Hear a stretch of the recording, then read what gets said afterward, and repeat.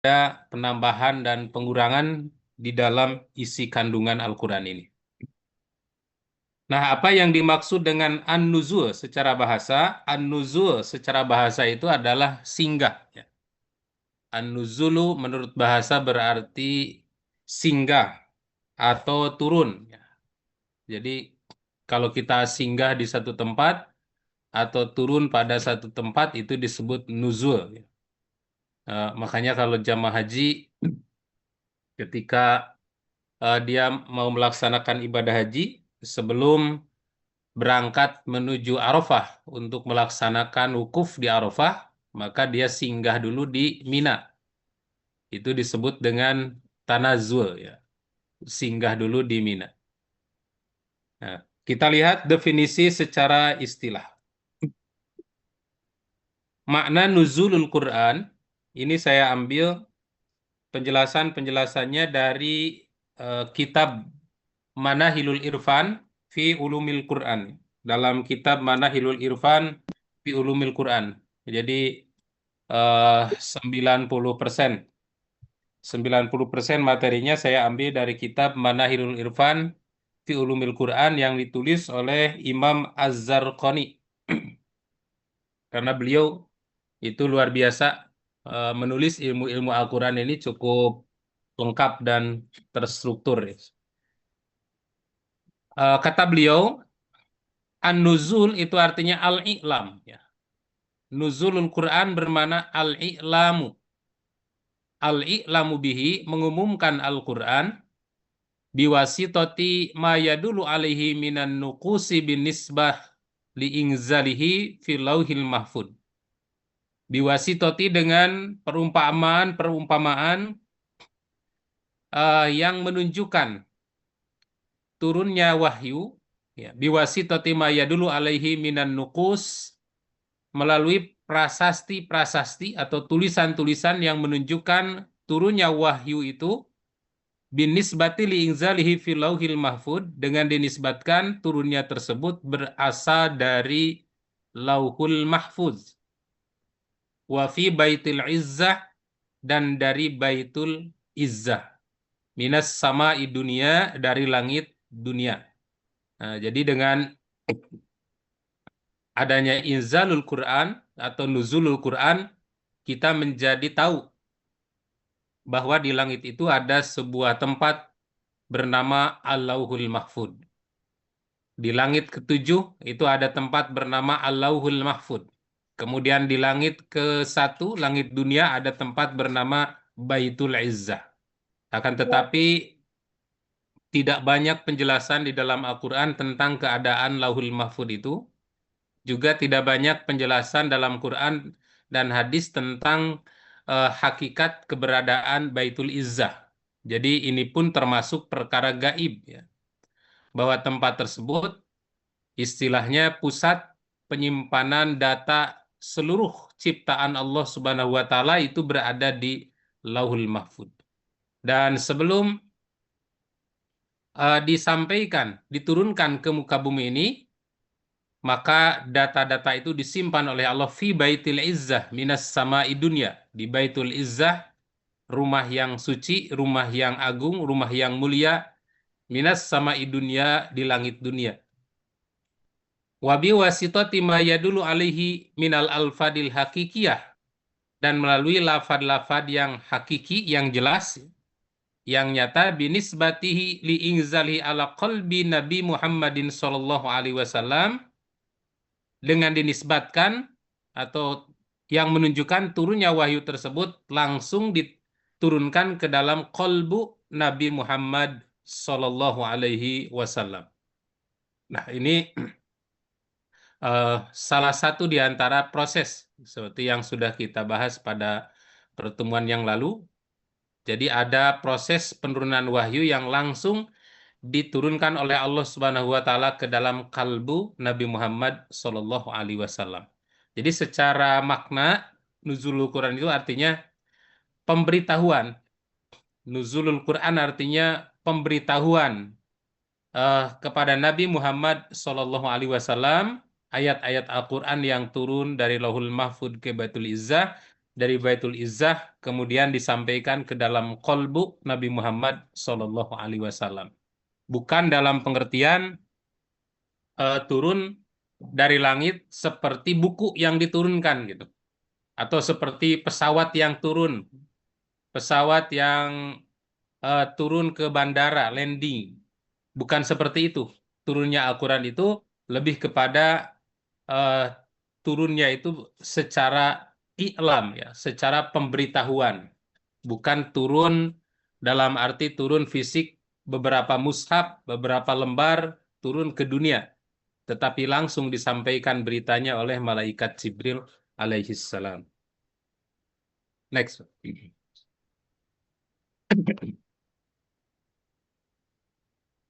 Nah, kemudian yang kedua, tanzilatul Quran. Tahapan-tahapan tahapan-tahapan turunnya Al-Quran. Jadi Allah Subhanahu wa taala menurunkan Al-Quran kepada Nabi Muhammad Shallallahu alaihi wasallam ini melalui 3 tahap. Dan ini berbeda dengan kitab-kitab suci yang lainnya. Kalau kitab-kitab suci yang lainnya seperti Taurat, Injil, Zabur, kemudian Suhuf, kemudian juga kitab-kitab yang diturunkan kepada nabi-nabi yang lain yang tidak disebut nama, ya, karena banyak ya, para nabi itu banyak dan mereka juga menerima wahyu, mereka juga sama punya kitab, punya suhuf, tetapi yang diinformasikan di dalam hadis bahwa yang diberi nama itu hanya 4, yaitu Taurat, Injil, Zabur, dan Al-Quran. Nah, cara Allah menurunkan Al-Quran ini luar biasa. Kalau kitab-kitab yang lain, Taurat, Injil, Zabur, dan lain-lain itu turun sekaligus. Nabi Musa alaihissalam menerima kitab Injil, menerima kitab Taurat itu langsung. Kemudian Nabi Isa menerima kitab Injil juga langsung. Nabi Dawud menerima kitab Zabur langsung. Nabi Ibrahim menerima suhuf langsung. Tidak ada proses bertahap. Tetapi Al-Quran ini turunnya itu tanazzal. Tanazzal itu, tanazzulnya itu bertahap. Ya, melalui tahapan-tahapan. Nah, di antaranya saya baca dalam kitab Manahilul Irfan fi Ulumil Quran, itu ada 3 tahap Allah Subhanahu wa taala menurunkan Al-Qur'an. Tahap yang pertama, at-tanazzulul awwalu ilal lauhil mahfuz. Turun pertama Al-Qur'an itu diturunkan ke Lauhul Mahfud. Ada tambahan tulisan itu salah ketik.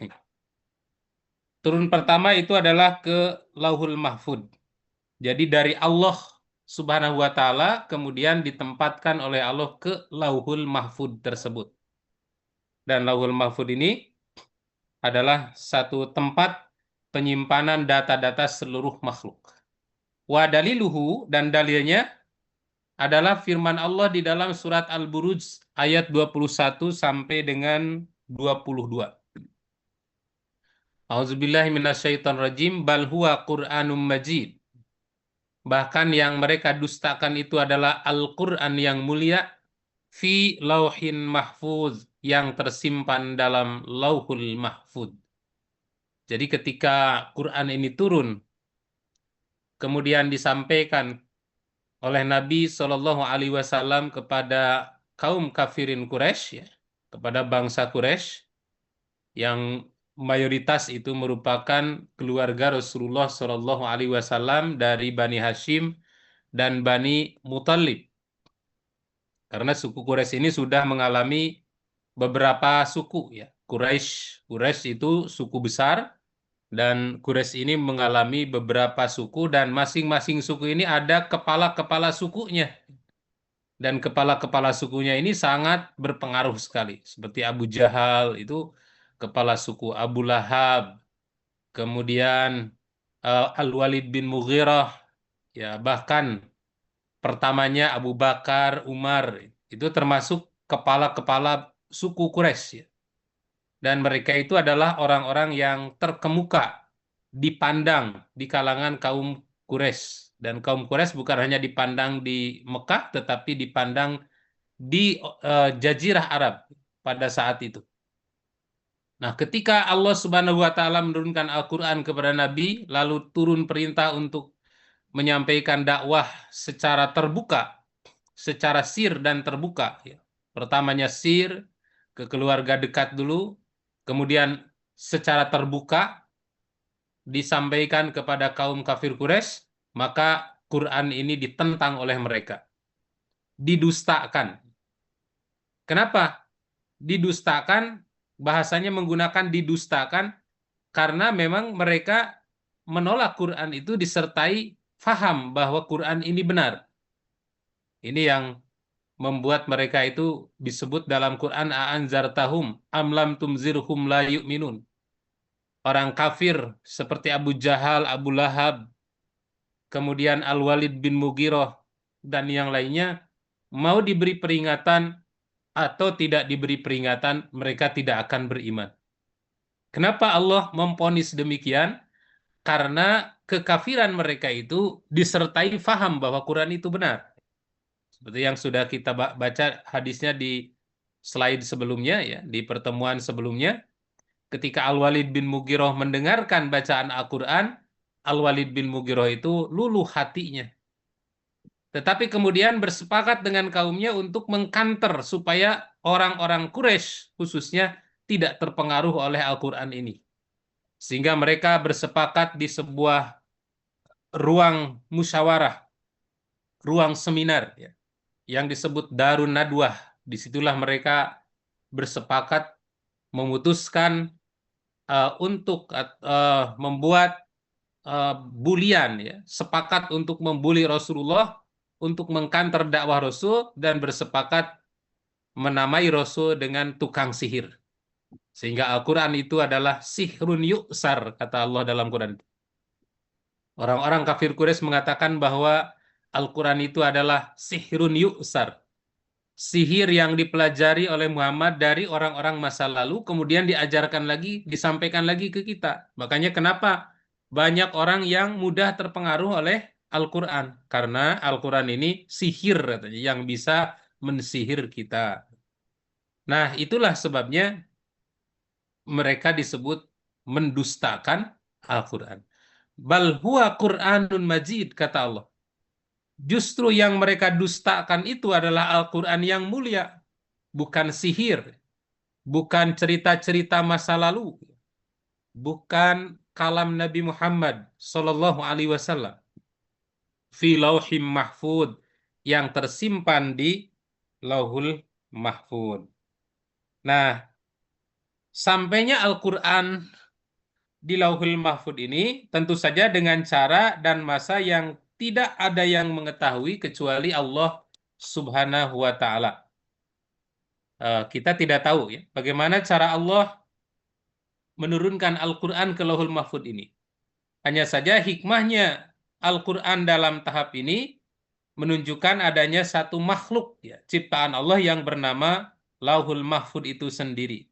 Dan ini juga menunjukkan keagungan Allah, keluasan kerajaan Allah, kekuasaan Allah, dan meyakini adanya lauhul mahfud ini juga akan menjadi pendorong, ya, yang mendatangkan keimanan, kekuatan, dan ketenangan jiwa di dalam menjalankan ayat perintah-perintah yang terdapat di dalam Al-Quran tersebut. Nah, bahkan bukan hanya Al-Quran yang tersimpan di Lauhul Mahfud, tetapi juga termasuk takdir-takdir manusia. Takdir-takdir manusia, kejadian-kejadian alam semesta, itu aturannya sudah Allah tetapkan di Lauhul Mahfud itu. Seperti misalnya ini dapat kita baca di surat Hud, ya. Surat Hud ayat 22 sampai 23. Kata Allah, ma'asoba min musibatin fil ard. Tidak ada satu bencana pun yang menimpa di muka bumi ini. Wala fi anfusikum, dan yang menimpa pada dirimu sendiri. Jadi tidak ada bencana yang terjadi di muka bumi, yaitu bencana-bencana alam, eh, misalnya banjir, gempa bumi, angin topan, kemudian jatuhnya pesawat, tenggelamnya kapal, terjadi kecelakaan lalu lintas, terjadi kekeringan, kemarau panjang, banjir bandang, dan lain sebagainya. Wala fi anfusikum, dan juga tidak ada bencana yang menimpa pada dirimu sendiri. Nah, bencana terhadap badan kita yaitu bencana kita sakit, ya, mengalami musibah, kemudian termasuk juga ketidakbahagiaan, ya, ketidakbahagiaan karena menghadapi masalah-masalah dalam diri atau masalah-masalah dalam keluarga, illa fi kitabim, illa fi kitabim mubin, illa fi kitabin, kecuali semua itu sudah tertulis di kitab Lauhul Mahfud. Nah, ini luar biasa.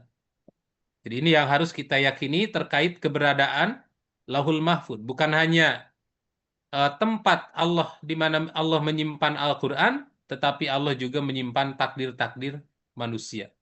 Min qabli an nabro'aha, sebelum kami menciptakannya.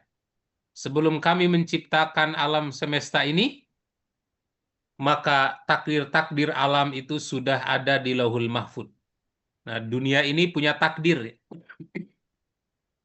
Dunia ini punya takdir tersendiri. Jika takdir dunia ini selesai, jika takdir dunia ini habis, maka hancur dunia ini. Kiamat.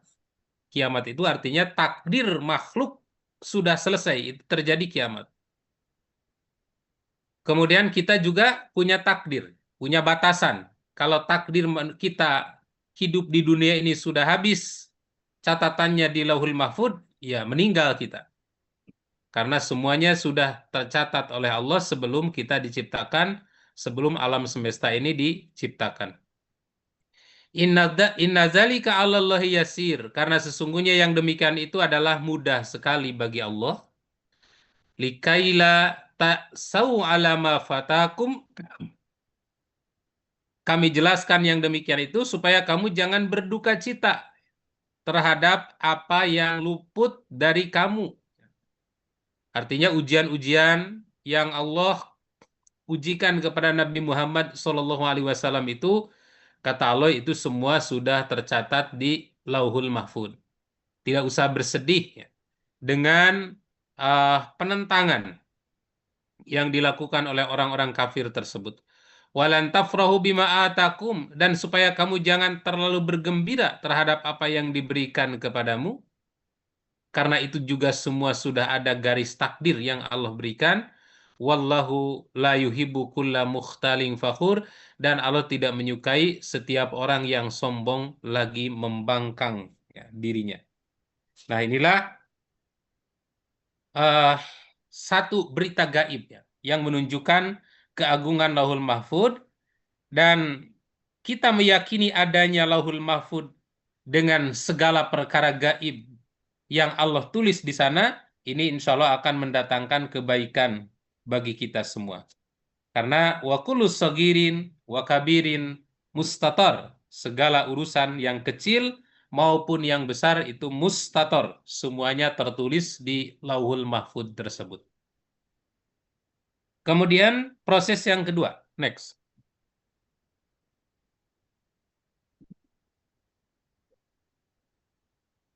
At-tanazzulu tsani, penurunan yang kedua lil Quran, untuk Al-Quran ini, karena hadza tanzilu tsani ila baitil izzah fi sama'i dunya. Penurunan yang kedua, bahwa Al-Quran ini oleh Allah Subhanahu wa Ta'ala diturunkan dari Lauhul Mahfud ila Baitul Izzah, ke Baitul Izzah fi sama'i dunya, di langit dunia. Nah, terdapat banyak hadis-hadis yang menjelaskan itu, diantaranya silahkan next. Yang pertama, dalil berdasar Al-Quran. Ada 3 ayat di dalam Al-Quran yang menjelaskan proses turunnya Al-Quran dari Lauhul Mahfud ke langit dunia, ke Baitul Izzah. Yang pertama yang sangat masyhur adalah surat Ad-Dukhan ayat 3. Inna anzalnahu fi lailatin mubarakah. Inna anzalnahu fi lailatin mubarakah. Sesungguhnya kami telah menurunkan Al-Quran pada malam yang diberkahi. Nah, kenapa malam itu disebut Lailah Mubarakah? Karena turunnya Al-Quran, turunnya Al-Khair. Yang disebut barokah itu eh, secara istilah itu berarti Al-Khair, Az-Ziyadatul Khairil Ilahiyah. Bertambahnya kebaikan ilahi, bertambahnya kebaikan-kebaikan Allah. Dan salah satu kebaikan Allah yang terjadi pada malam tersebut adalah diturunkannya Al-Quran. Makanya Allah Subhanahu wa taala menamai malam tersebut dengan Lailatun Mubarakah, malam yang diberkahi. Artinya azyadatul khairi ilahi, kebaikan-kebaikan ilahiyah bertambah dengan turunnya Al-Quran. Apalah jadinya kita kalau tidak ada Al-Quran? Bagaimana nasib kita hidup di dunia ini kalau kita tidak punya aturan Al-Quran? Nah, dengan adanya Al-Quran maka kita memiliki aturan yang baku, memiliki garis pemisah mana yang baik, mana yang benar. Suatu ucapan, satu perbuatan, satu amalan, suatu sikap akan dinilai baik apabila sesuai dengan Al-Quran atau tidak bertentangan dengan Al-Quran.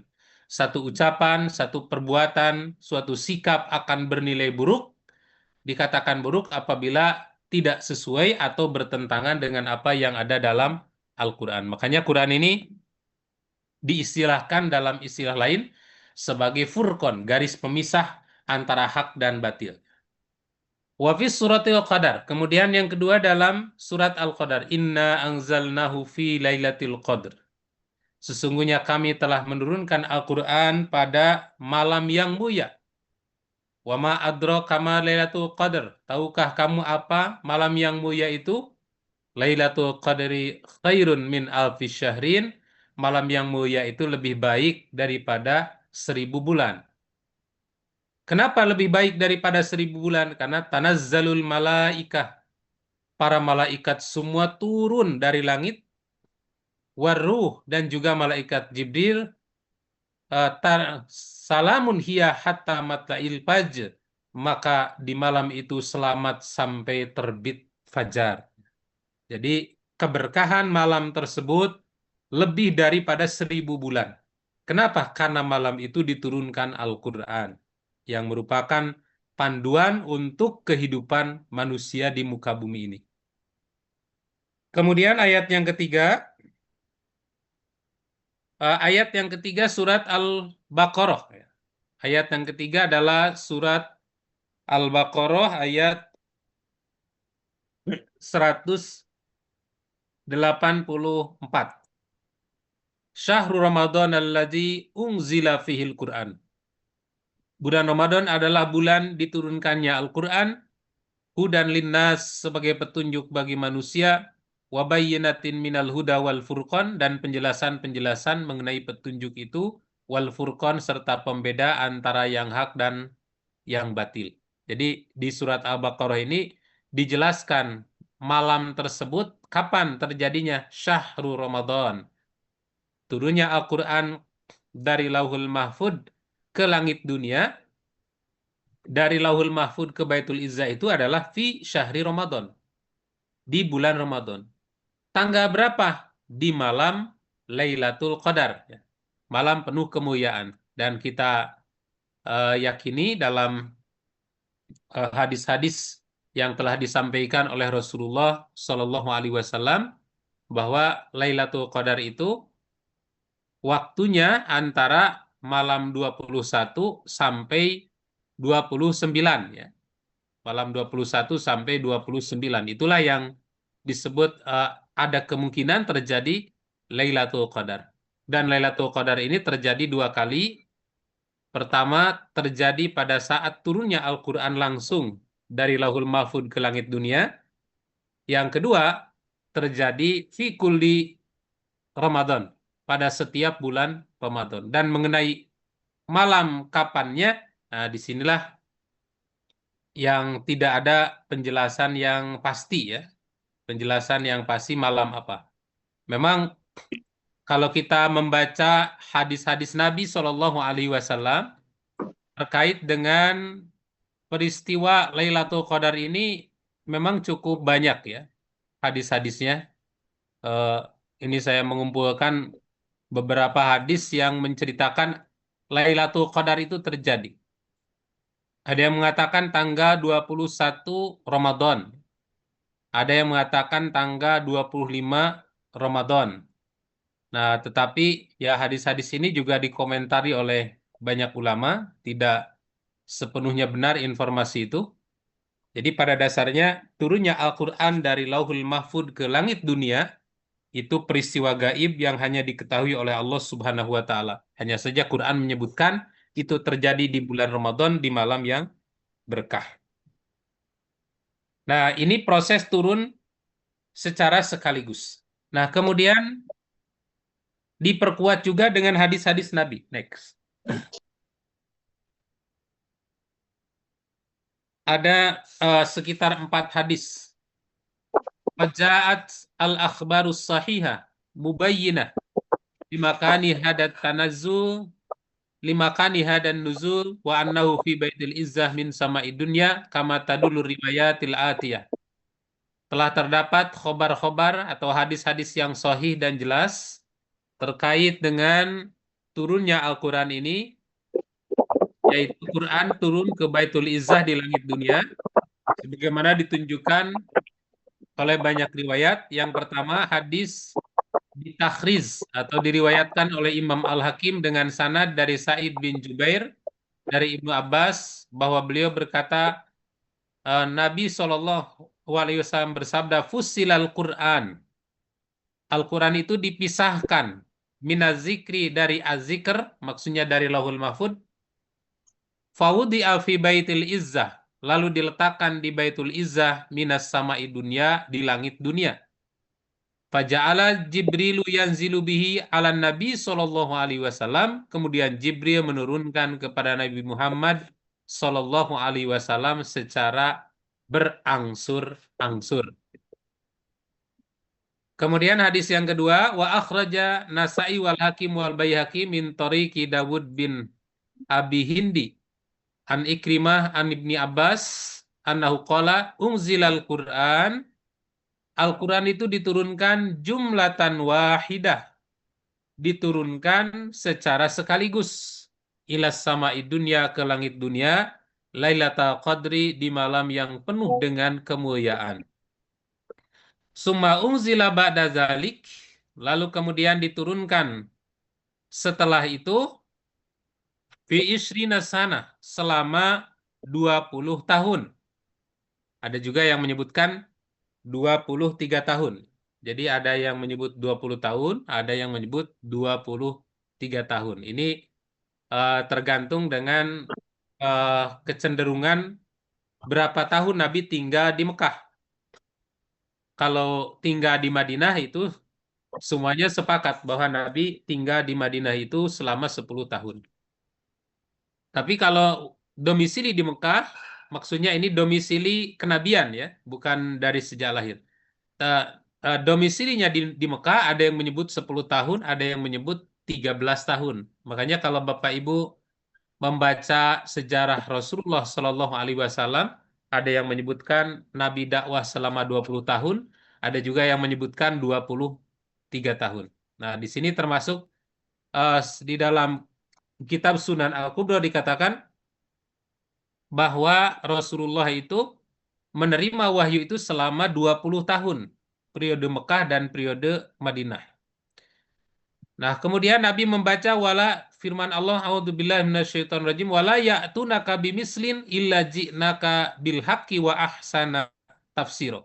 Dan tidaklah orang kafir itu datang kepadamu membawa sesuatu yang ganjil, melainkan kami datangkan kepadamu sesuatu yang benar dan yang paling jelas penjelasannya.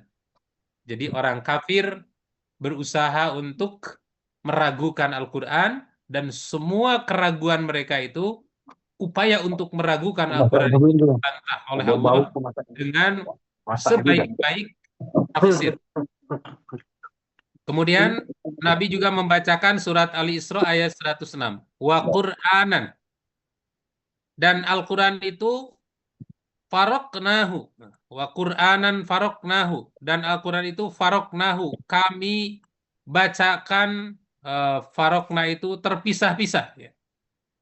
Wa Qur'anan dan Al-Quran itu faroknahu. Kami turunkan dengan cara berangsur-angsur kepada Muhammad. Tujuannya apa? Litaqra'ahu 'alan nas. Agar kamu dapat membacakan kepada manusia ala muksin secara perlahan-lahan. Wa nazzalnahu tanzila. Lalu kami benar-benar menurunkan kepadamu secara bertahap. Nah, ini alasan kenapa Al-Quran itu diturunkan perlahan, diturunkan bertahap, tidak sekaligus seperti hanya kitab-kitab yang dulu. Tujuannya adalah litaqra'ahu ala nasi ala muksin, agar Nabi membacakan Quran ini bertahap, pelan-pelan, wa nazzalnahu tanzila, dan kami turunkan secara berangsur-angsur. Kemudian hadis ketiga, next. Sumbernya dari Al-Hakim dan Al-Baihaqi dan yang lainnya dari Jarur Mansur, dari Sa'id bin Jubair, dari Ibnu Abbas. Ungzilal Quran fi Lailatul Qadri. Al-Quran itu diturunkan pada Lailatul Qadar, malam yang penuh kemuliaan. Jumlatan wahidah, secara sekaligus, ila sama'i dunya, ke langit dunia. Wa kana bimauqi'in nujum, dan itu sesuai dengan masa turunnya bagian bintang-bintang. Nah, maksudnya ini adalah bahasa metafora ya, bahasa majaz. Maksudnya sesuai dengan situasi dan kondisi, sesuai dengan kejadian-kejadian yang ada di muka bumi ini. Nah, seperti misalnya ada pertanyaan dari para sahabat, datang Al-Quran. Kemudian ada kejadian di muka bumi ini, turun Al-Quran. Lalu Nabi membutuhkan satu bimbingan, satu syariat terkait dengan makanan, dengan minuman, dengan hubungan antar sesama, atau dengan ibadah kepada Allah, kemudian turun Al-Quran. Kana bimawaqi'in nujum. Itu diturunkan sesuai dengan bagian-bagian bintang. Maksudnya sesuai dengan situasi dan kondisi yang terjadi di muka bumi ini. Wa kana Allah azza wa jalla yanziluhu ala Rasulillah sallallahu alaihi wasallam ba'duhu fi isri ba'din. Dan Allah azza wa jalla menurunkan kepada Rasulullah sallallahu alaihi wasallam sebagian demi sebagian. Faqala Allahu wa qalu, maka Allah azza wa jalla berfirman wa qalu, dan kemudian orang kafir bertanya-tanya, laula nuzila alaihil Qur'an jumlatan wahidah. Mengapa Quran ini diturunkan, tidak diturunkan sekaligus, kata orang kafir. Maka kemudian dijawab langsung oleh Allah, linusabbita bihi fuadak, agar hatimu semakin kokoh dengan Quran itu. Maka Quran ini diturunkan perlahan-lahan. Waratalnahu tartila, dan kami membacakannya dengan tartil. Nah, ini satu alasan, salah satu alasan Quran diturunkan bertahap. Yang keempat,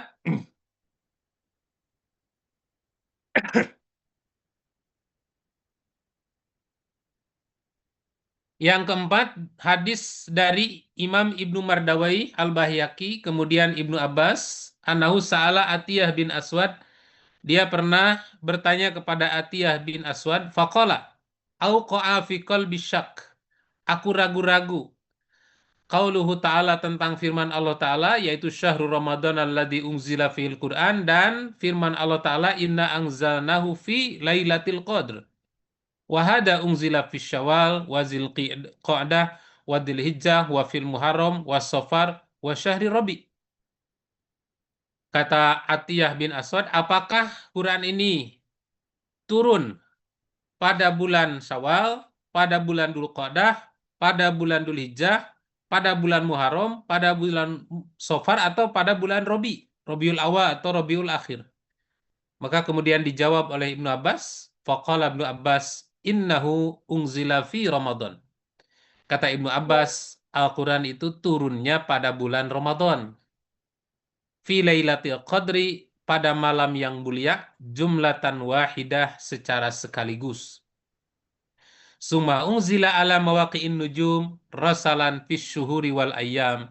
Lalu kemudian Allah menurunkan eh, berdasar masa turunnya bagian-bagian bintang, maksudnya masa terjadinya peristiwa-peristiwa bumi, ya, karena ada yang apa namanya, peristiwa bumi ini termasuk dipengaruhi juga oleh kondisi bintang, ya, kondisi perbintangan, sehingga ada orang yang mencoba mempelajari ilmu nujum, ya. Nah, tapi sebenarnya tidak boleh itu mempelajari ilmu nujum, ilmu perbintangan, meramal kejadian-kejadian di alam semesta, di bumi ini, dan meramal kejadian kita berdasar bintang, itu termasuk perbuatan syirik.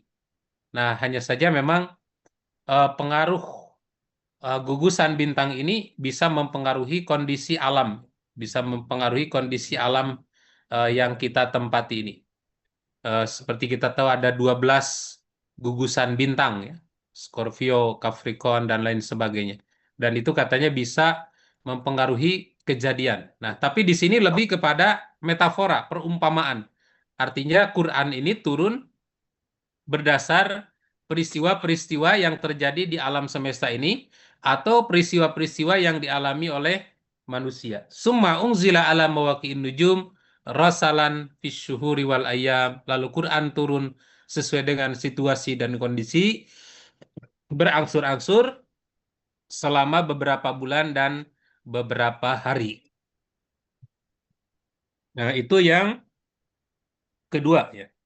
Jadi dengan melihat keterangan ini, jelaslah bahwa Al-Quran ini turun di malam Lailatul Qadar. Hanya saja kapan, tanggal, dan waktunya itu dirahasiakan oleh Allah Subhanahu wa Ta'ala.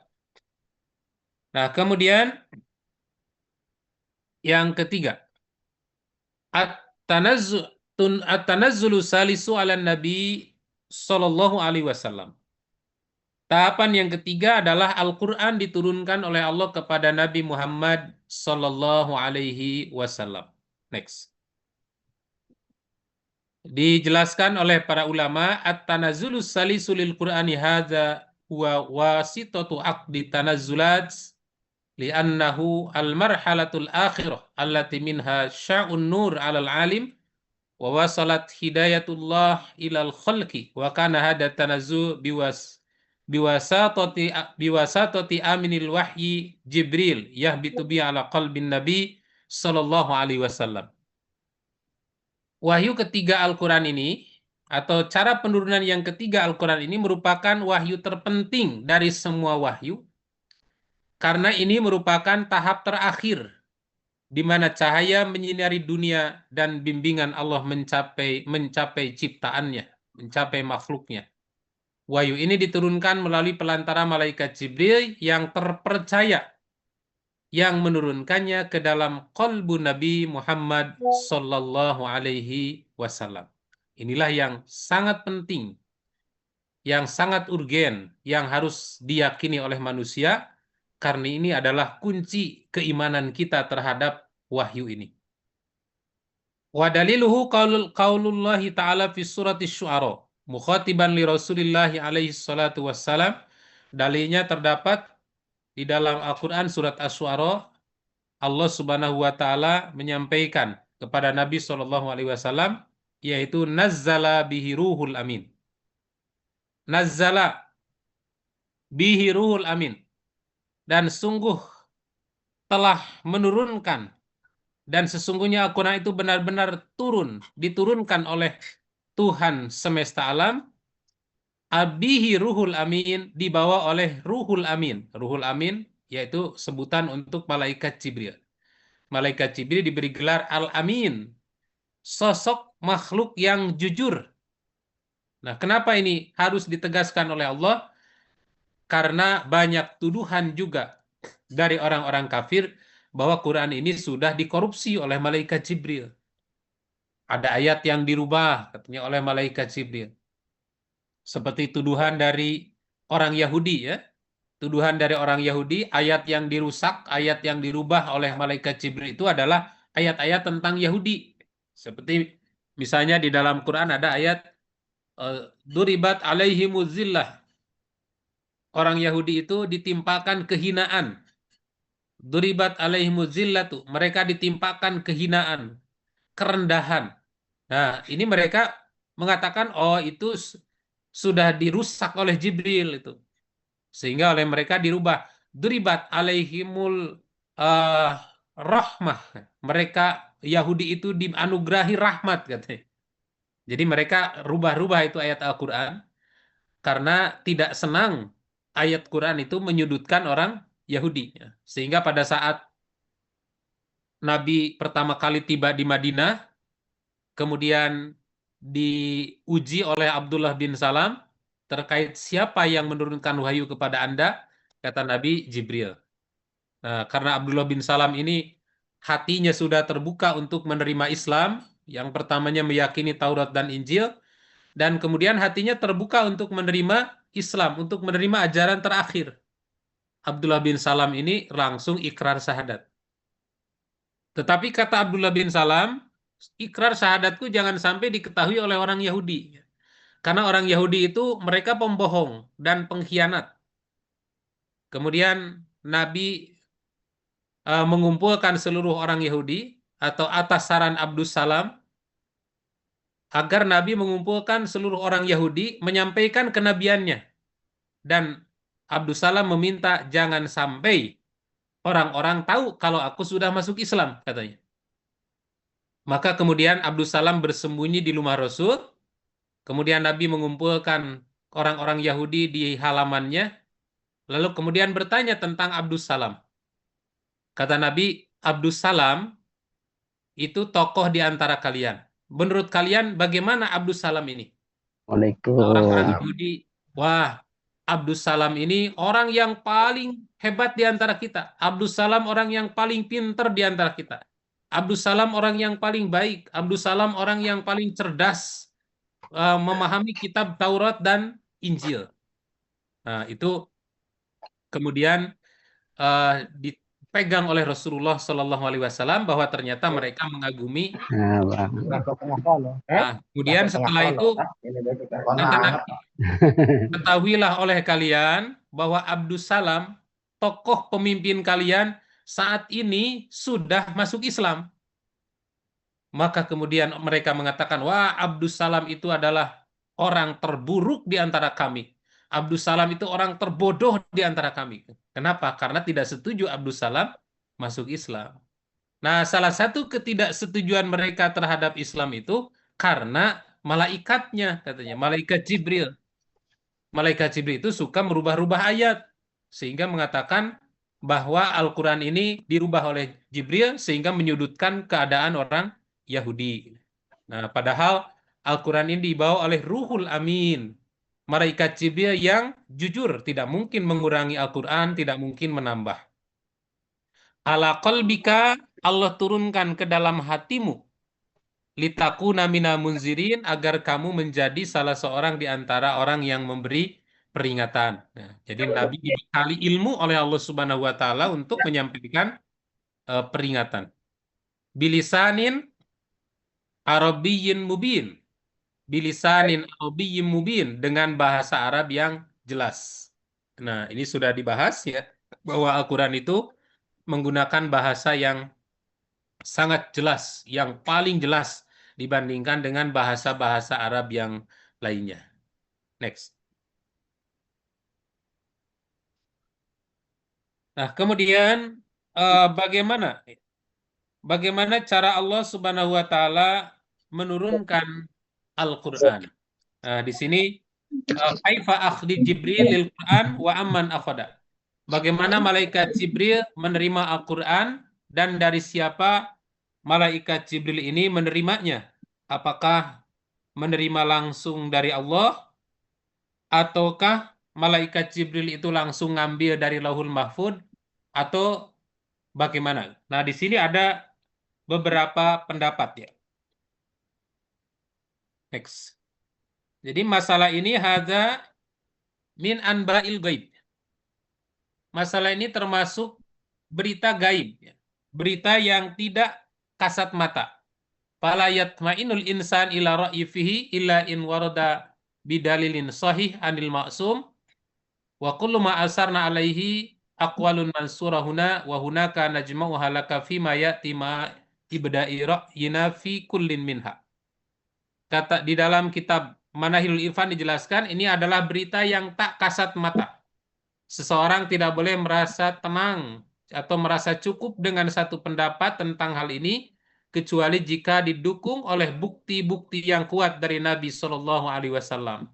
Semua yang kami temukan hanyalah perkataan yang tersebar di sana-sini yang telah kami kumpulkan untuk Anda dalam uraian berikut beserta pendapat kami tentang masing-masing perkataan. Nah, diantaranya pandangan yang pertama, awaluha qala at-Tabi. Yang pertama menurut at-Tabi, beliau mengatakan la'alla nuzul Quran alal malak.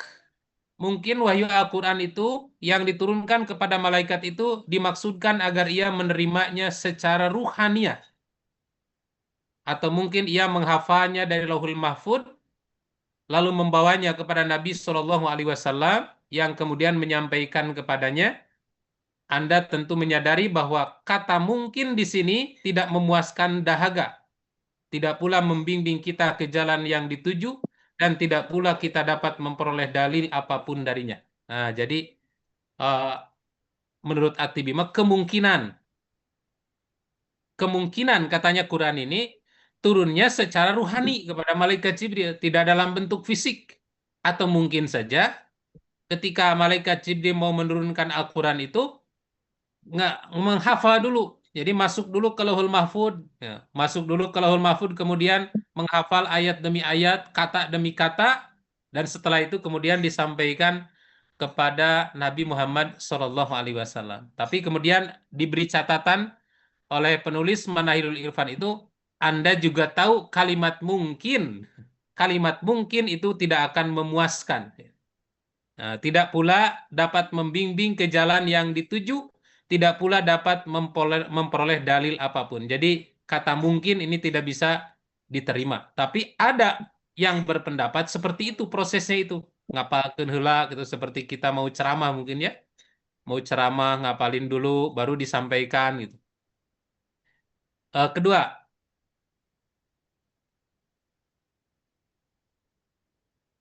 Saniha hakal mawardi annal hifdata najamatil Quran ala Jibril. Nujimatil Quran ala Jibril fi isrina lailah. Pendapat yang kedua menurut Mawardi meriwayatkan bahwa para penghafal Quran membacakan Al-Quran kepada Jibril selama 20 malam. Dan Jibril membacakannya kepada Nabi selama 20 tahun. Maknanya adalah Jibril mengambil Quran dari para penghafal Quran dalam 20 bagian. Namun kita tidak mengetahui adanya dalil atau bahkan bukti yang menunjukkan pendapat ini. Nah, jadi ada yang berpendapat bahwa di selain malaikat Jibril ada penghafal-penghafal Quran. Ya. Ada para penghafal Quran. Kemudian malaikat Jibril belajar kepada para penghafal Quran itu, dan setelah itu baru disampaikan kepada Rasulullah. Ini pendapat yang kedua. Nah, tapi pendapat ini juga tidak diketahui dalil yang menunjukkan kekuatan pendapat ini. Nah, pendapat ketiga.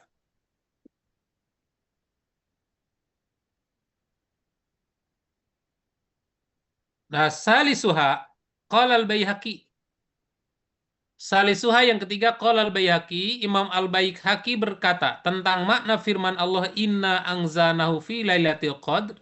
Maksudnya adalah bahwa kami telah menjadikan malaikat mendengar.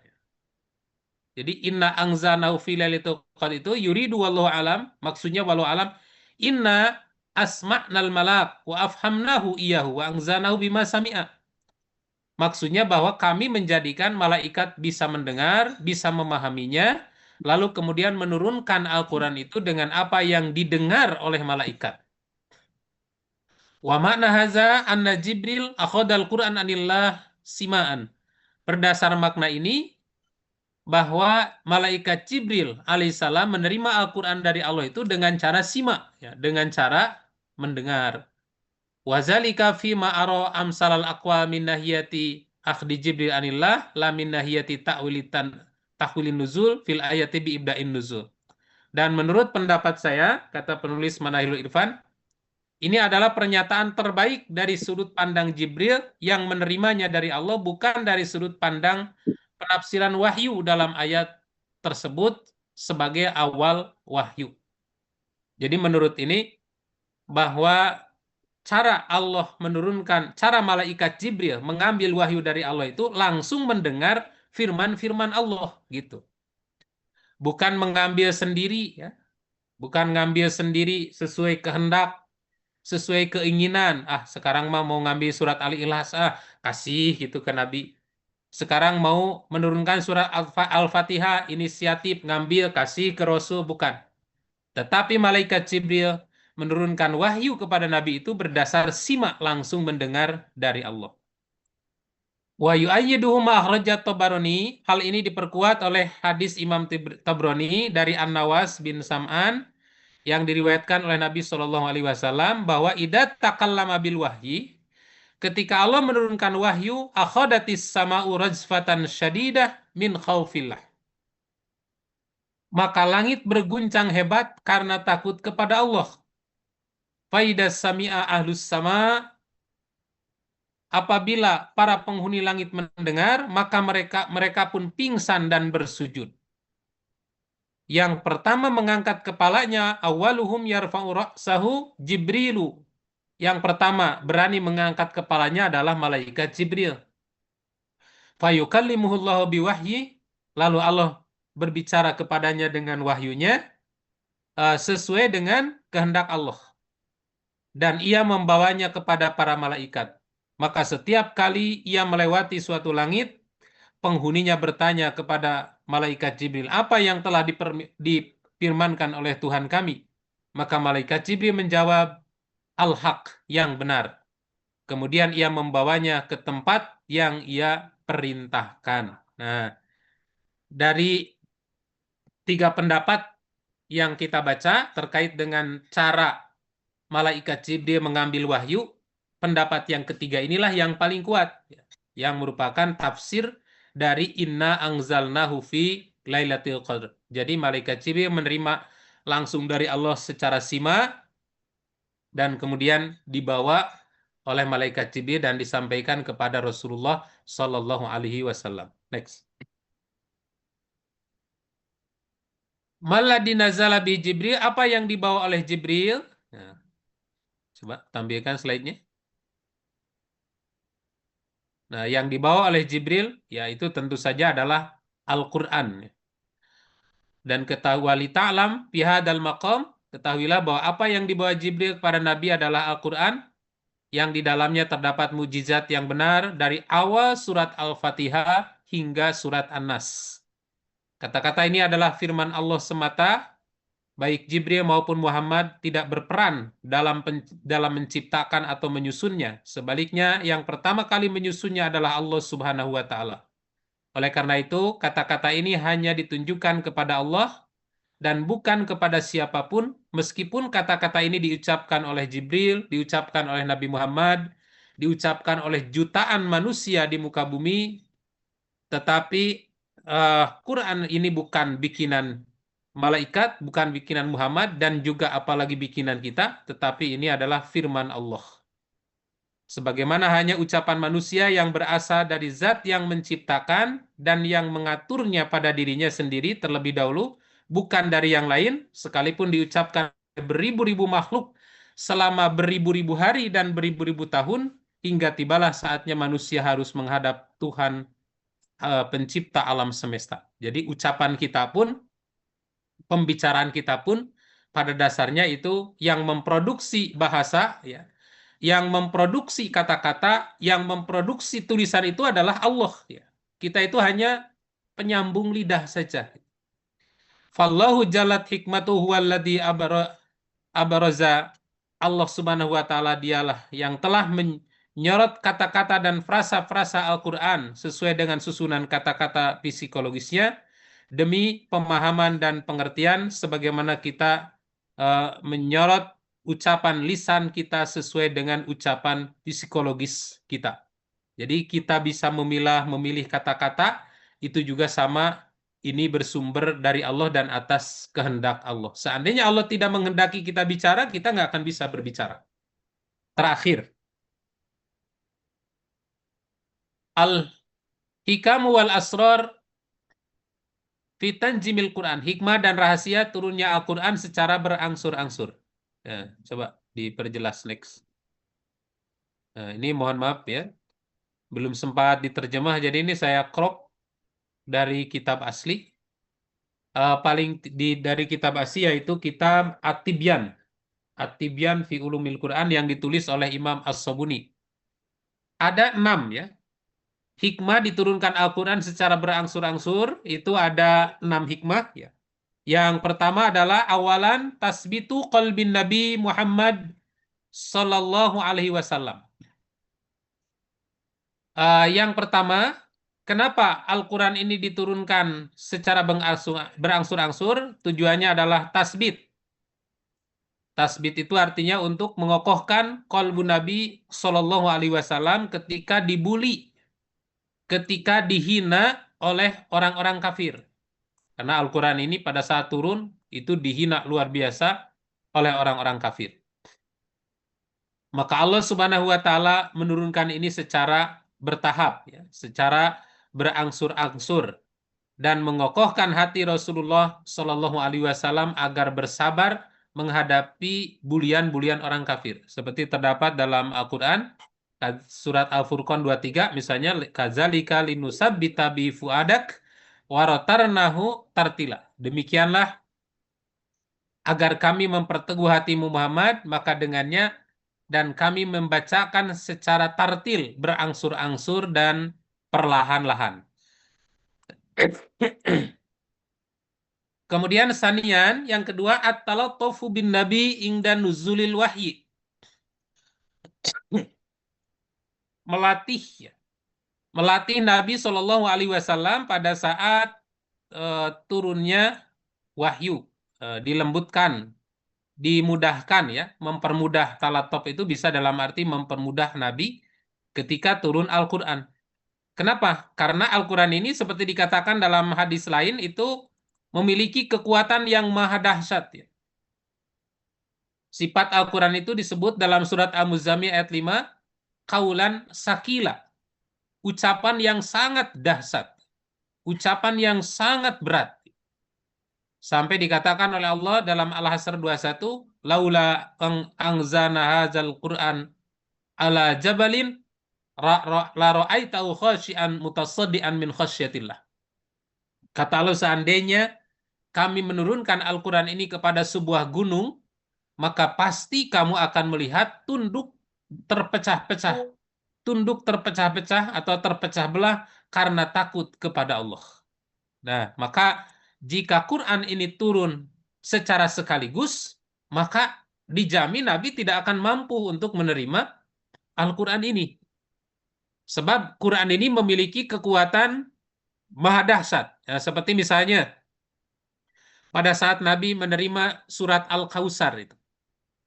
Dan pada saat itu sedang berkumpul dengan para sahabat, tiba-tiba Nabi terpejam sejenak.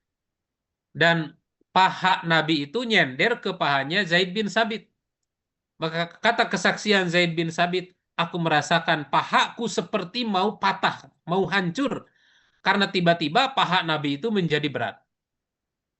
Kemudian yang kedua, kesaksian dari Siti Aisyah. Pada saat Nabi sedang tidur di pahanya Aisyah sambil memurajaah Al-Quran, tiba-tiba Nabi terpejam dan terasa kepalanya berat seperti pahaku mau hancur, saking beratnya. Dan Aisyah tahu itu sedang menerima wahyu. Kemudian kesaksian ketiga disaksikan oleh ribuan sahabat. Ketika Nabi sedang wukuf di Arafah sambil naik di atas unta. Unta itu menderum langsung nggak bisa bergerak. Kenapa? Karena Al-Quran ini memiliki kekuatan maha dahsyat. Padahal yang turun di Arafah itu kita tahu cuman pendek aja. Al-yauma akmaltu lakum dinakum wa atmamtu alaikum nikmati wa raditu lakumul Islam madina. Hanya beberapa kata itu.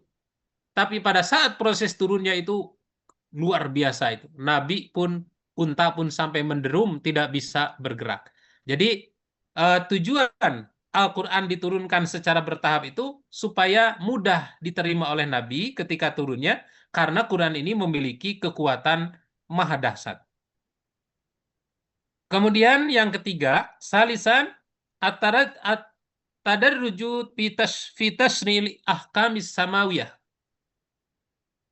Yang ketiga, tujuan Al-Quran kenapa diturunkan berangsur-angsur? Tujuannya adalah untuk menetapkan hukum syariat dalam Islam secara bertahap. Tadarruj fi tasri'i ahkamis samawiyah, untuk menurunkan secara bertahap terkait syariat hukum samawi. Nah, seperti misalnya banyak ya contohnya ketika Allah Subhanahu wa taala mau menurunkan ayat yang mengharamkan khamr, maka Allah menurunkan secara bertahap, tidak langsung diharamkan khamr itu. Pertama kali Allah menyebutkan bahwa khamr itu terbuat dari anggur, katanya. Khamr itu terbuat dari anggur, kemudian dari kurma, dan kamu bisa membuat minuman yang memabukkan dari anggur dan kurma ini, bisa juga membuat minuman yang tidak memabukkan, bahkan warizkon hasanan, kata Allah. Dari khamr ini juga bisa menghasilkan rezeki. Ya, kalau kita jualan khamr itu ada rezekinya, bahkan mungkin besar rezeki yang diperoleh dari khamr itu. Dalam proses ini Allah tidak langsung mengharamkannya. Kemudian tahap ketiga muncul melalui pertanyaan sahabat. Yas'alunaka anil khamri wal maisir. Mereka bertanya kepadamu Muhammad tentang khamr dan judi. Kul fihima ismun kabir wa manafi'un linnas. Katakanlah dalam khamr dan judi itu dosa besar, tapi ada juga manfaatnya untuk manusia. Ya. Salah satu manfaatnya adalah bisa menghasilkan uang. Nah, kemudian tahap ketiga, setelah kejadian ada orang yang sholatnya ngaco, ya, salah membaca surat Al-Kafirun, harusnya membaca la'a'budu mata'budun, aku tidak akan menyembah apa yang kamu sembah, ini malah berkata, a'budu mata'budun, aku akan menyembah apa yang kamu sembah. Maka turun agak keras. Ya ayyuhallazina amanu la taqrabus shalah wa antum sukara hatta ta'lamu ma taqulun. Hei orang yang beriman, janganlah kamu mendekati sholat hingga dalam keadaan mabuk, hingga kamu mengerti apa yang kamu ucapkan. Nah, pada proses ini belum diharamkan. Tetapi kalau mau mabuk, kalau mau minum khamr, pilih-pilih waktu lah. Jangan sebelum sholat minum khamr, jadi ngaco sholatnya gitu. Nah, kemudian tahap terakhir, setelah terjadi ketika ada orang yang mabuk, kemudian saling hina, saling ejek, lalu saling tonjok dan terluka-luka, maka disitulah baru turun ayat yang menegaskan secara tegas, ya ayyuhalladzina amanu innamal khamru wal maisir wal ansab wal azlam rijsun min amalis syaitan.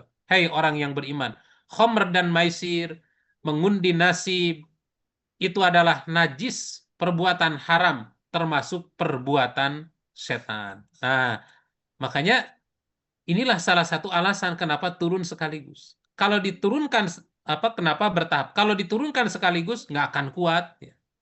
Demikian juga ketika Allah mau mengharamkan riba, bertahap, bertahap, sedikit-sedikit.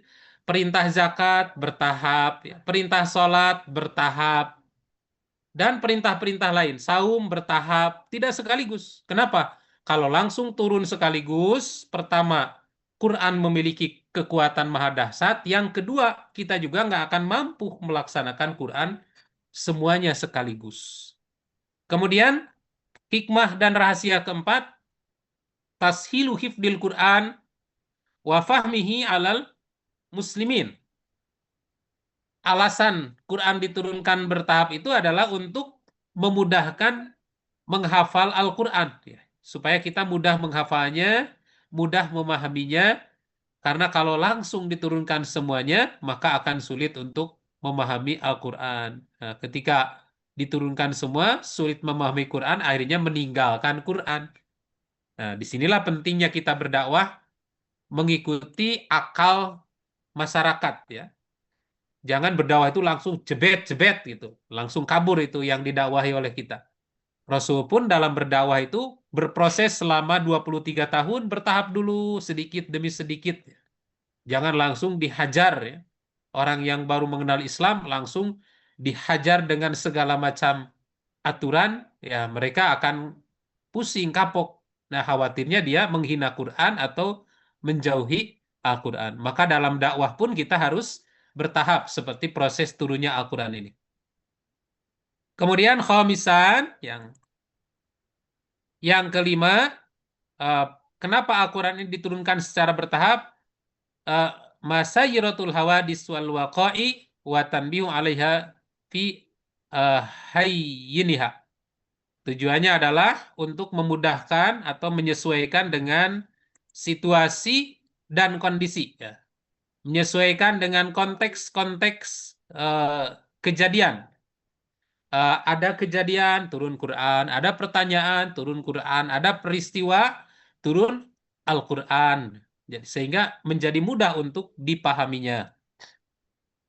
Nah, kemudian yang kelima, alasan Quran diturunkan secara berangsur itu adalah al-irsyad ila masdaril Quran, memberi bimbingan terhadap sumber Al-Quran, wa annahu tanzilul hakimul hamid, bahwa Quran itu diturunkan oleh Allah Subhanahu wa Ta'ala. Dengan diturunkan secara bertahap, kita semakin yakin bahwa Al-Quran itu diturunkan oleh Allah Subhanahu wa Ta'ala. Dan itu sebagai bukti kebenaran ini bisa dibuktikan oleh kita.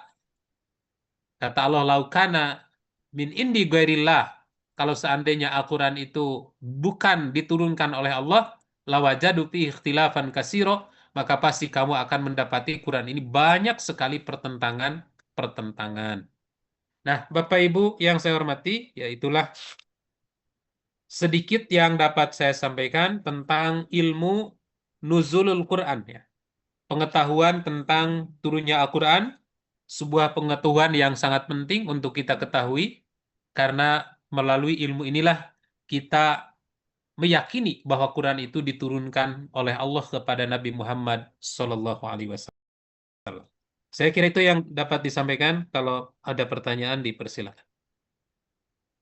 Baik, Bapak dan Ibu sekalian, apabila ada yang mau bertanya.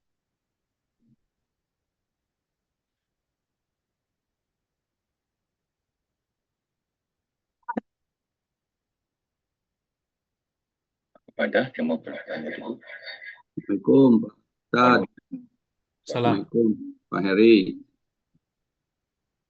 Tadi saya maaf masuknya agak terlambat, Pak Ustadz. Oh, Tadi kan turunnya Al-Quran dari Lauh Mahfuz kepada malaikat Jibril itu hal yang gaib ya.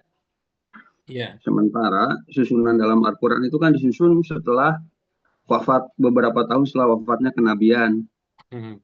Yang saya tanya tuh itu apa sih, katanya sih antara turun dengan susunan yang di Al-Quran itu tidak sama. Itu dasarnya apa gitu? Jadi ayat pertama, surat pertama Al-Fatihah, Al-Baqarah, terus itu Pak, itu dasarnya apa? Hmm. Lalu yang kedua nih Pak, tadi katanya apa? Al-Quran itu merupakan mukjizat yang benar. Mhm. Nah, sedangkan mukjizat itu kan hak prerogatifnya Nabi. Yang saya tanyakan tuh, mukjizat yang benar itu khusus untuk Nabi atau untuk umat juga, Pak? Nah, itu aja. Wassalamualaikum warahmatullahi wabarakatuh. Iya. Bagus sekali pertanyaannya. Yang pertama, apa yang menjadi dasar penyusunan Al-Quran, ayat 1, surat pertama Al-Fatihah, surat terakhir An-Nas. Padahal Al-Quran ini baru disusun setelah jauh setelah Nabi Shallallahu Alaihi Wasallam wafat. Nah, sebenarnya yang disusun setelah Nabi SAW wafat itu penulisan dalam bentuk mushaf. Adapun Quran ini sebenarnya sudah tersusun lengkap sejak di Lauhul Mahfud. Jadi di Lauhul Mahfud itu sudah lengkap 30 juz berjumlah 114 surat. Itu sudah lengkap tersusun. Surat pertama Al-Fatihah, ya. Surat kedua Al-Baqarah, kemudian surat terakhir An-Nas, itu sudah tersusun seperti itu. Nah, oleh karena itu eh, berdasar inna anzanahu fi lailatul qadr, berdasar firman Allah inna anzanahu fi lailatul qadr, kami menurunkan Quran di malam Lailatul Qadar, itu dijelaskan oleh Nabi jumlatan wahidah, seluruhnya gitu. Seluruhnya di sini maksudnya adalah lengkap dari Al-Fatihah sampai dengan An-Nas. Hanya bentuk mushafnya seperti apa, nah ini yang tidak diberitahu kepada kita ya. Karena malaikat Jibril itu menerimanya tadi saya sampaikan secara sima'i ya, secara mendengar langsung. Tidak menjelaskan bagaimana warna bukunya, sebesar apa bukunya gitu. Tetapi yang jelas berdasar firman Allah inna anzanahu fi lailatul qadr, kami menurunkan di malam Lailatul Qadar itu adalah jumlatan wahidah lengkap dari surat Al-Fatihah sampai dengan An-Nas. Nah, kemudian setelah berada di Baitul Izzah ini turunlah ke bumi dengan cara ala mawaqi'in nujum, sesuai kejadian bintang-bintang. Maksudnya sesuai peristiwa. Dan peristiwa-peristiwa itulah yang kemudian nanti disebut asbabun nuzul, ya, sebab-sebab turun Al-Quran. Insya Allah ini akan kita bahas lengkap nanti di pertemuan berikut ya, tentang asbabun nuzul, tentang sebab-sebab turun Al-Quran. Nah, di sini diturunkan secara acak, ya. Tidak berurutan seperti urutannya dari Lauhul Mahfud ke Baitul Izzah, tapi diturunkan secara acak sesuai dengan kebutuhan, sesuai dengan kejadian. Nah, oleh karena itu, kalau kita belajar ilmu Al-Quran, itu ada pelajaran khusus. Kita belajar susunan Al-Quran sesuai turun, ya seperti yang kita baca dalam mushaf. Yang kedua, kita harus belajar susunan Quran. eh, yang pertama, susunan Quran sesuai mushaf, maksudnya. Sesuai mushaf yang lengkap dari langitnya, dari Lauhul Mahfud ke Baitul Izzah. Yang kedua, kita harus belajar susunan Quran berdasar urutan turun, dan ini ngacak, posisinya ngacak ya, tidak seperti dalam susunan mushaf tersebut. Nah, dari sejak turunnya Al-Quran kepada Nabi Shallallahu Alaihi Wasallam itu sebenarnya sudah ditulis ya, di para sahabat. Ada sekitar 50 orang sahabat ya. Ada 50 orang sahabat yang diangkat oleh Nabi untuk menulis Al-Quran. Dan pada saat itu Nabi berpesan, jangan menuliskan ucapanku kecuali Quran saja. Kenapa? Agar tidak terjadi percampuran antara Quran dan hadis. Jadi 50 orang sahabat pun, termasuk Khulafaur Rasyidin, 50 orang sahabat itu menulis atas perintah Nabi. Ini ayat ini tulis di surat ini nomor berapa, surat ini nomor berapa, ayatnya berapa, itu semua atas perintah Nabi. Hanya saja pada saat itu oleh Nabi belum diizinkan dipublikasi, hanya merupakan catatan-catatan pribadi sahabat sesuai dengan penugasannya. Nah, baru kemudian pada masa kekhalifahan Utsman bin Affan, maka Quran ini ditulis secara resmi oleh pemerintah Utsman bin Affan dan kemudian disatukan dalam satu bacaan ya, yang karena asalnya kan 7 bacaan.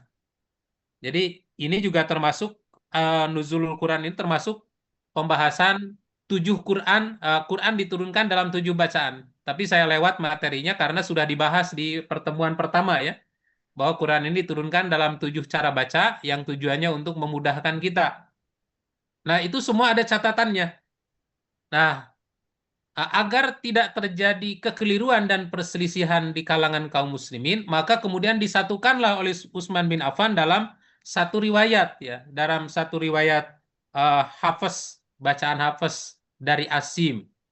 Dan kemudian ditulis pada saat itu dengan penulisan yang seragam, lalu disebarlah ke seluruh dunia. Nah, itu mah publikasi ya. Jadi waktu publikasi di masa Utsman itu bukan penulisan. Kalau penulisan sudah dimulai sejak zaman Rasulullah. Nah, kemudian yang kedua, apakah mukjizat itu masih berlaku untuk kita? Karena itu mukjizat itu hanya diberikan kepada Nabi Shallallahu Alaihi Wasallam. Nah, kembali lagi ke pembahasan yang dulu. Yang pertama bahwa mukjizat itu ada dua ya. Yang pertama ada mukjizat hissiyah yang sifatnya naluri, bisa dilihat, bisa didengar, bisa diraba, bisa dicium gitu. Itu mukjizat hissiyah namanya. Dan ini hanya diberikan oleh Allah kepada para nabi-nabi. Tidak bisa di tidak bisa di, diketahui sekarang gitu.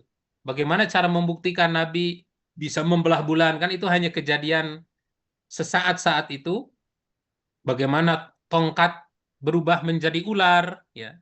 Bagaimana Nabi Ibrahim dibakar tidak terbakar, bagaimana laut dibelah menjadi dua. Nah, itu sifatnya hisiah dan itu tidak terjadi kecuali pada sosok Nabi tersebut. Nah, kemudian yang kedua yang bersifat akliyah, mujizat akal. Nah, kalau akliyah ini, kemujizatan ini akan terus sepanjang masa sampai hari kiamat. Yaitu apa? Al-Quran ini. Ya. Jadi Al-Quran ini adalah mukjizat dalam arti mukjizat Allah, milik Allah Subhanahu wa Ta'ala yang diturunkan kepada Nabi Muhammad dan diturunkan juga kepada kita. Dan sepanjang hayat Al-Quran ini akan tetap menjadi mukjizat. Artinya mengalahkan kemampuan kita. Itu kan arti mukjizat itu. Mengalahkan kemampuan kita. Kita sekarang bangga dengan teknologi, bangga dengan ilmu pengetahuan. Sebenarnya tidak ada yang mampu untuk melawan Al-Quran. Ya. Katakanlah misalnya sekarang teknologi maju, bisa apa namanya, bisa mendeteksi ada CCTV, apalagi kalau apa namanya, saya memperhatikan penjelasan Roy Suryo ya ketika meneliti ijazah Jokowi itu, waduh saya luar biasa itu. Bagaimana dia bisa mengetahui ini kapan ditulis, huruf ini kapan ditulis, kapan dicetak, ini luar biasa kan? Roy Suryo itu bisa diberi ilmu oleh Allah, bisa mengetahui di mana dicetaknya, tahun berapa, dengan teknologi yang dia kuasai. Nah, sekarang tantang kalau memang mampu mengalahkan Quran. Bisa nggak menentukan kapan kiamat? Bisa nggak mendeteksi kapan kita mati gitu? Bisa nggak kita mendeteksi kapan apa yang terjadi di dalam rahim? Bisa nggak mendeteksi nasib hari esok? Nggak ada, nggak akan bisa.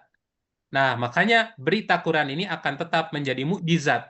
Artinya melemahkan, mengalahkan kemampuan-kemampuan manusia. Dan sifat mukjizat Quran ini terus bertahan sepanjang hayat sampai hari kiamat. Begitu, Pak. Ya. Iya, Pak Hero, Pak Ustadz, makasih. Jazakallahu khair. Untuk perbandingan antara turunnya Al-Quran dan Taurat atau Bible mungkin ya, itu di zaman Nabi Musa. Kalau Al-Quran itu di bulan Ramadan itu disebut sebagai yang pertama, atau seluruh ayat, seluruh yang diberikan kepada manusia di dalam Al-Quran itu hanya di bulan Ramadan. Nah, kemudian yang kedua, kalau di Al-Quran kan secara bertahap, sedangkan di Taurat itu sekaligus ya. Kemudian Pak, kalau bahasanya kan bahasa Arab kalau Al-Quran, sementara kalau Taurat itu bahasa Ibrani itu. Iya. Terus kemudian ini Pak, turunnya itu di Nabi Musa itu seperti apa? Apakah dia itu seperti kayak Iqra gitu, kayak gitu, seperti membaca kayak Pak Nabi Muhammad gitu ya? Ataukah dengan cara yang lain gitu? Dan peruntukannya kalau Al-Quran untuk seluruh manusia, satu lagi kalau di Taurat itu hanya untuk Bani Israel, Pak. Iya. Kemudian isinya, Pak Ustadz mungkin juga minta penjelasan untuk Taurat itu apa, untuk Al-Quran kita sudah paham lah ya. Nah, gitu Pak, kira-kira perbandingannya bagaimana?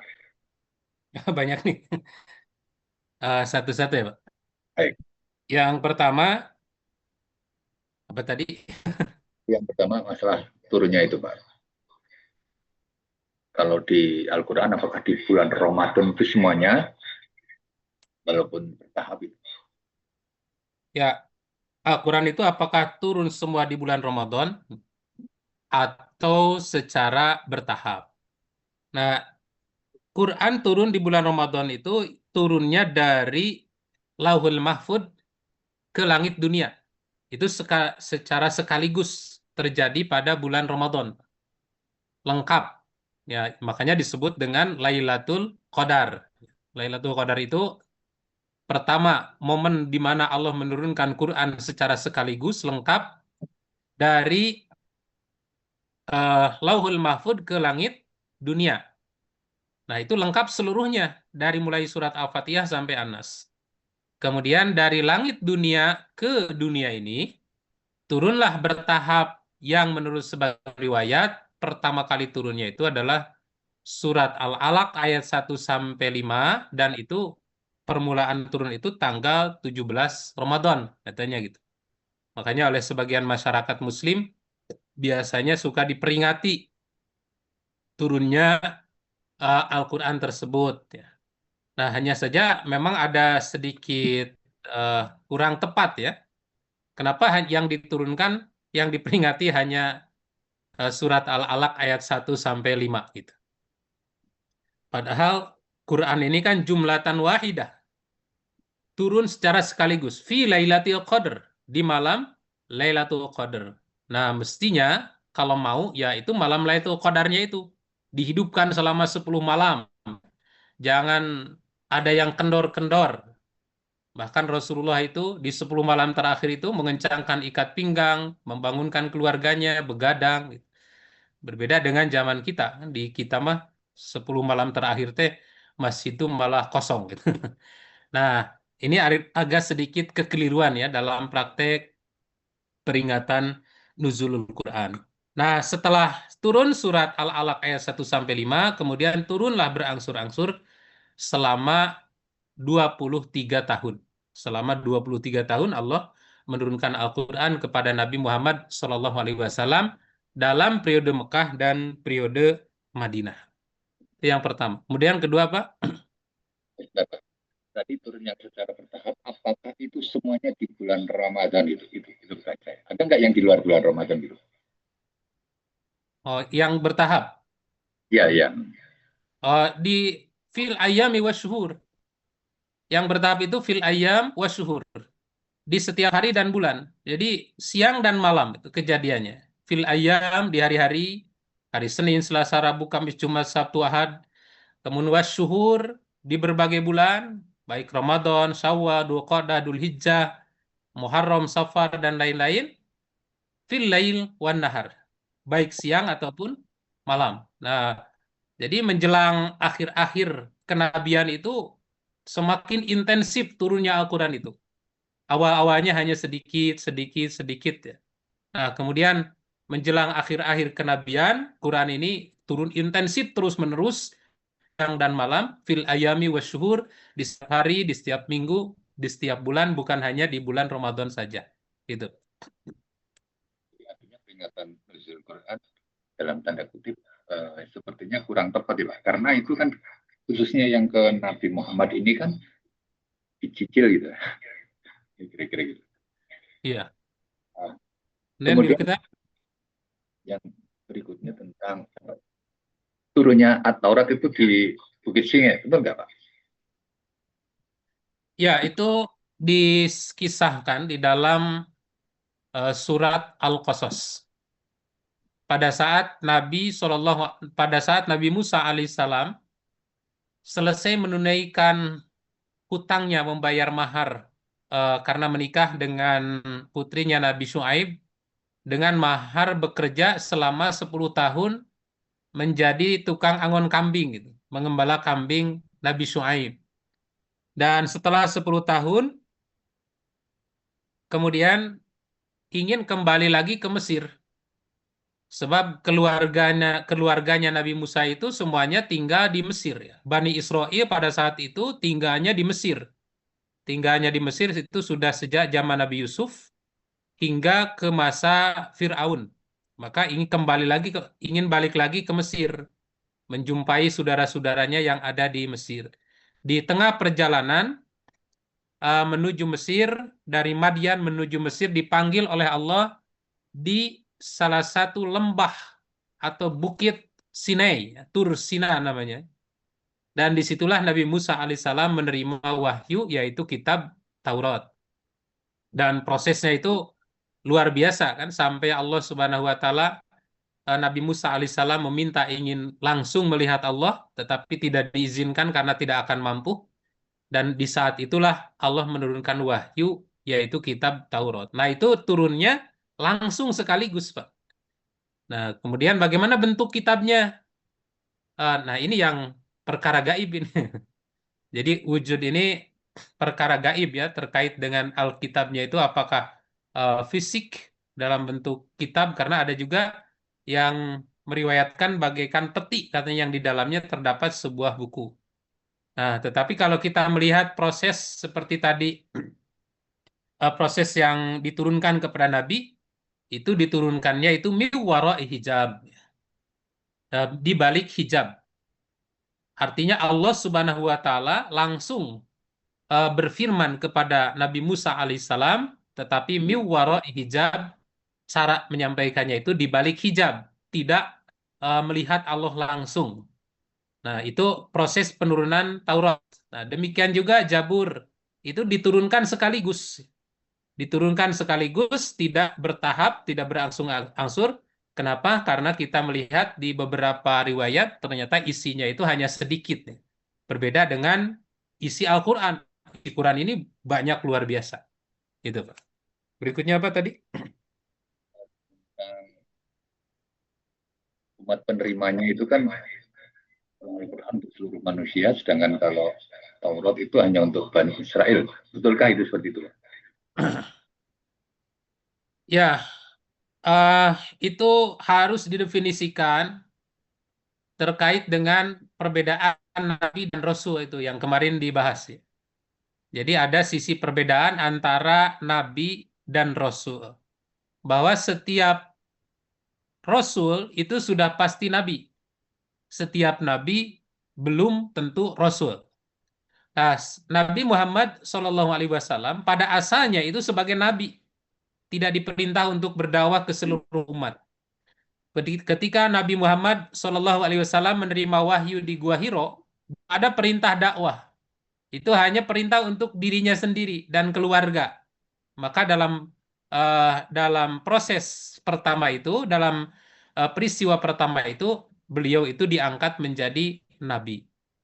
Nah, kemudian setelah Allah menurunkan surat Al-Muddatsir, ya ayyuhal muddatsir kum fa'anzir.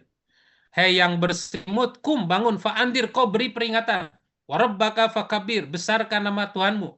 Wasiyabaka patohir, sucikan bajumu. Nah, disitulah secara resmi Rasulullah diangkat, dilantik menjadi Rasul. Nah, tugas Nabi itu hanya berdakwah untuk keluarga dan kaumnya saja. Sementara tugas Rasul itu diperintahkan untuk berdakwah ke seluruh dunia. Nah, ke Bani Israel khususnya, itu ada yang diutus sebagai Nabi, ada yang diutus sebagai Rasul. Ya. Nah, Nabi Musa alaihissalam dengan kitab Tauratnya, ini berlaku untuk seluruh umat di zaman tersebut. Ya. Berlaku untuk seluruh umat manusia di masa kenabiannya. Demikian juga yang dibawa oleh Nabi Isa itu juga berlaku untuk seluruh dunia di masanya. Apa yang diturunkan kepada Nabi Ibrahim, kepada Nabi Nuh, itu adalah berlaku untuk seluruh umat manusia di dunia ini pada masanya. Dan sekarang Al-Quran yang merupakan penyempurna dari kitab-kitab masa lalu, ini juga berlaku untuk seluruh dunia. Jadi Taurat, Injil, Zabur, ini berlaku untuk seluruh umat manusia. Hanya saja setelah Allah menurunkan Al-Quran, maka kita beriman terhadap Al-Quran. Beriman terhadap Al-Quran termasuk juga sudah beriman kepada Taurat, kepada Injil, dan kepada kitab Zabur, serta suhuf-suhuf yang ada di kitab-kitab mereka. Ya. Karena apa yang ditampilkan dalam Al-Quran, yang disampaikan ulang dalam Quran itu ada yang merupakan ajaran lama yang diaktualisasi pada masa kerasulan Nabi Muhammad SAW. Itu, Pak. Ini ada sedikit chatting, mungkin saya bacakan dulu, tapi kiranya sudah terjawab mungkin ya. Ustadz bertanya, proses turun Al-Quran dengan asbabun nuzul, kejadian di masa Nabi, bagaimana hubungannya dengan Quran diturunkan masa lalu sekaligus di Lauhil Mahfuz atau Nuhun dari Pak Asep Cianjur. Kayaknya tadi sudah dijawab sama Ya. Pak Ustadz. Namun kalau mau menambahin Pak Ustadz boleh silakan. Ya, jadi pada saat turun Quran dari Lauhul Mahfud ke langit dunia itu belum ada asbabun nuzul. Belum ada sebab-sebab turun. Belum ada kejadian-kejadian, penolakan, pertanyaan, sanggahan, belum ada itu. Masih proses penurunan. Nah, terjadinya asbabun nuzul itu setelah turun, ya. Setelah dari Lauhul Mahfud, setelah dari Baitul Izzah, dari langit dunia ke dunia. Itu baru terjadi ada proses asbabun nuzul. Dan nanti kita bahas khusus ini ya, insya Allah.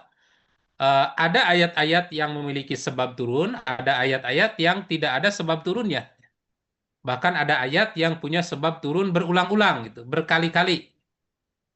Tujuannya apa? Supaya lebih mudah, lebih jelas, lebih tegas dipahami oleh kita. Insya Allah secara khusus kita bahas asbabun nuzul. Dan itu mulai terjadi dari mulai awal penurunan wahyu ya dari Baitul Izzah ke langit dunia. Baik, teman-teman, kalau masih ada satu pertanyaan boleh satu lagi, barangkali masih ada 3 menit. Silakan. Ada? Kalau sudah cukup, saya kira. Ini boleh satu lagi Pak Agus. Oh boleh, silakan. Pak Ustadz, Assalamualaikum.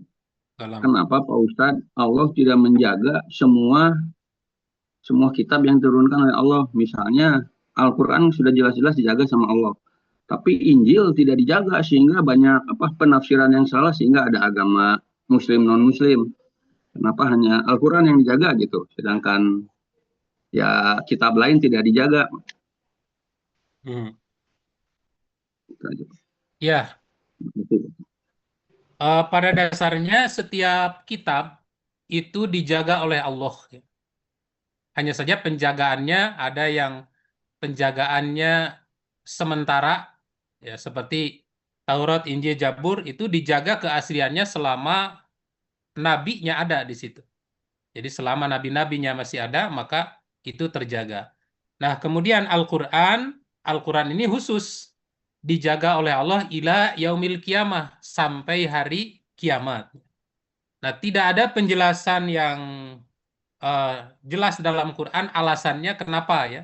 Yang lain tidak terjaga keasliannya, kemudian kalau Al-Quran terjaga keasliannya. Hanya barangkali kita dapat mengambil satu kesimpulan bahwa Al-Quran ini mukjizat sepanjang hayat.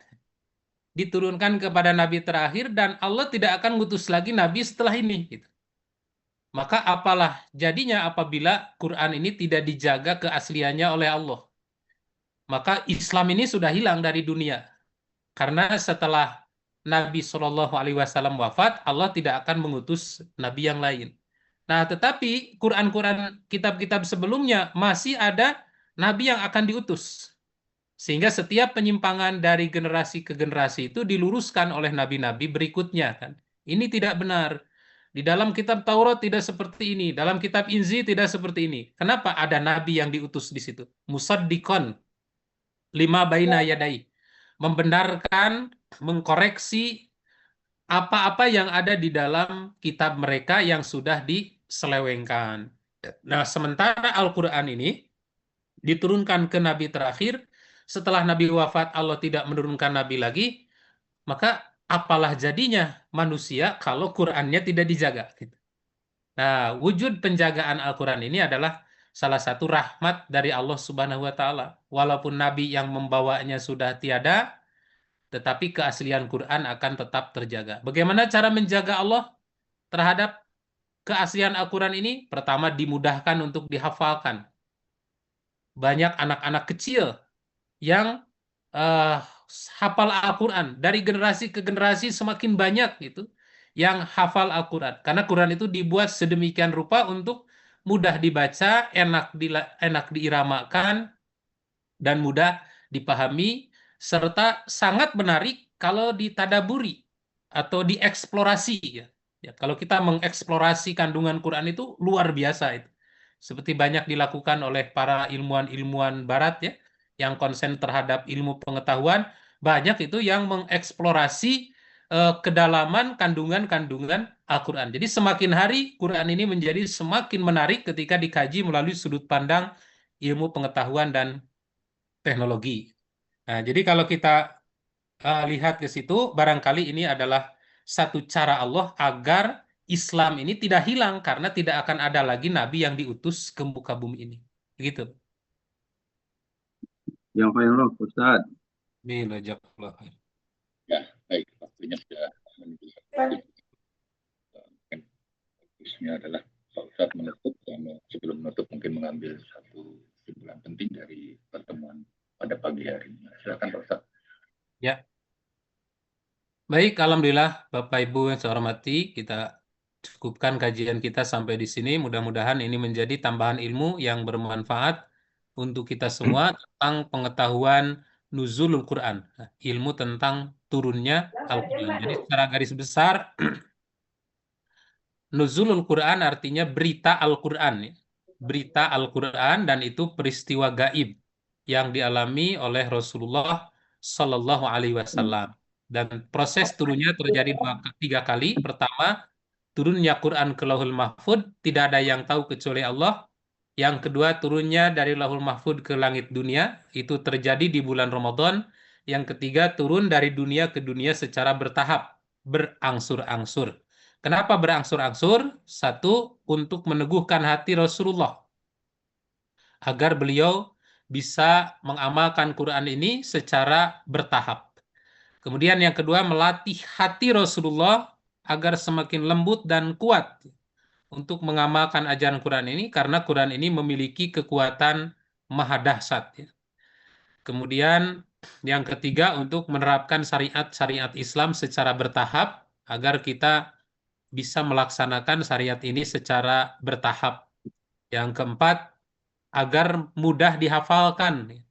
Kalau diturunkan sedikit-sedikit, langsung hafal dan mudah untuk mengamalkannya. Dan yang kelima, disesuaikan ya dengan situasi dan kondisi, dengan konteks-konteks kejadian yang terjadi di muka bumi ini. Kemudian yang keempat, untuk membimbing, menunjukkan bahwa Quran ini benar-benar diturunkan oleh Allah Subhanahu wa taala, bukan hasil karya malaikat Jibril, juga bukan hasil karya Nabi Muhammad Sallallahu Alaihi Wasallam. Nah, itulah barangkali kesimpulan dari materi kita pada pagi hari ini. Mudah-mudahan Allah Subhanahu wa taala mengampuni dosa-dosa kita, memberikan usia yang panjang, sehat walafiat. Insya Allah kita jumpa lagi pada kajian yang akan datang. Rabbana gfir lana wali walidaina walil mu'minina yauma yaqumul hisab. Rabbana hab lana minas salihin. Rabbana hab lana min azwajina wa dzurriyyatina qurrata a'yun waj'alna lil muttaqina imama. Rabbana ighfir lana wa li walidaina wa lil mu'minina yauma yaqumul hisab. Rabbana atina fid dunya hasanah wa fil akhirati hasanah wa qina adzabannar. Amin. Demikian aku qouli hadza wa astaghfirullah li wa lakum. Assalamualaikum warahmatullahi wabarakatuh. Waalaikumsalam.